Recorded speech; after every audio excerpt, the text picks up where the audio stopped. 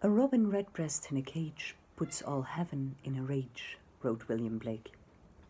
Sufficient to have stood, though free to fall, wrote John Milton, channeling God's musings about mankind and free will in the third book of Paradise Lost. Freedom, high day, freedom, chants Caliban in the Tempest.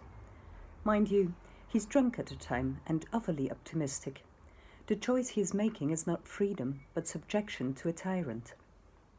We're always talking about it, this freedom, but what do we mean by it? There is more than one kind of freedom, Aunt Lydia lectures the captive handmaids in my 1985 novel The Handmaid's Tale. Freedom to and freedom from. In the days of anarchy, it was freedom to. Now you're being given freedom from. Don't underrate it. The robin redbreast is safer in the cage. It won't get eaten by cats or smash into windows. It will have lots to eat, but it will also not be able to fly wherever it likes. Presumably that is what troubles the inhabitants of heaven. They object to the restriction placed on the flight options of a fellow winged being. The robin should live in nature where it belongs. It should have freedom to, the active mode, rather than freedom from, the passive mode. That's all very well for robins. Hooray for Blake, we say. But what about us? Should we choose freedom from or freedom to? The safe cage or the dangerous wild? Comfort, inertia and boredom, or activity, risk and peril? Being human, and therefore of mixed motives, we want both, though, as a rule, alternately. Sometimes the desire for risks leads to boundary crossing and criminal activity.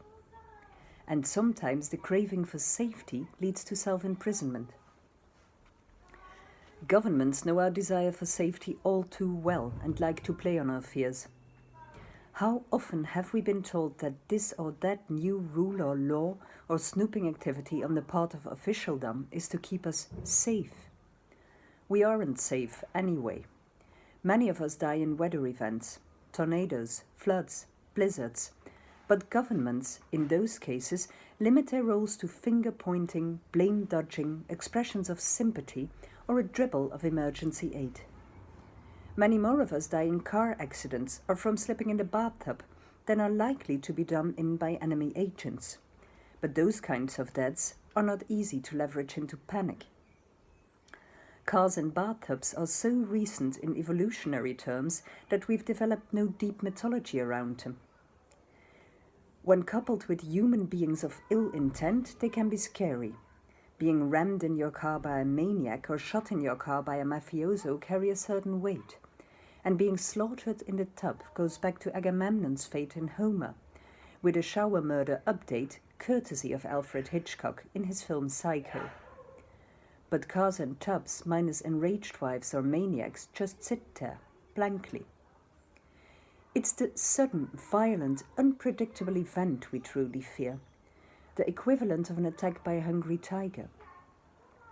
Yesterday's frightful tigerish threat was communists. In the 1950s, one lurked in every shrub, ran the message. Today, it's terrorists. To protect us from these, all sorts of precautions must, we are told, be taken. Nor is this view without merit. Such threats are real up to a point. Nonetheless, we find ourselves asking whether the extreme remedies outweigh the disease. How much of our own freedom must we sacrifice in order to defend ourselves against the desire of others to limit that freedom by subjugating or killing us one by one? And is that sacrifice an effective defense?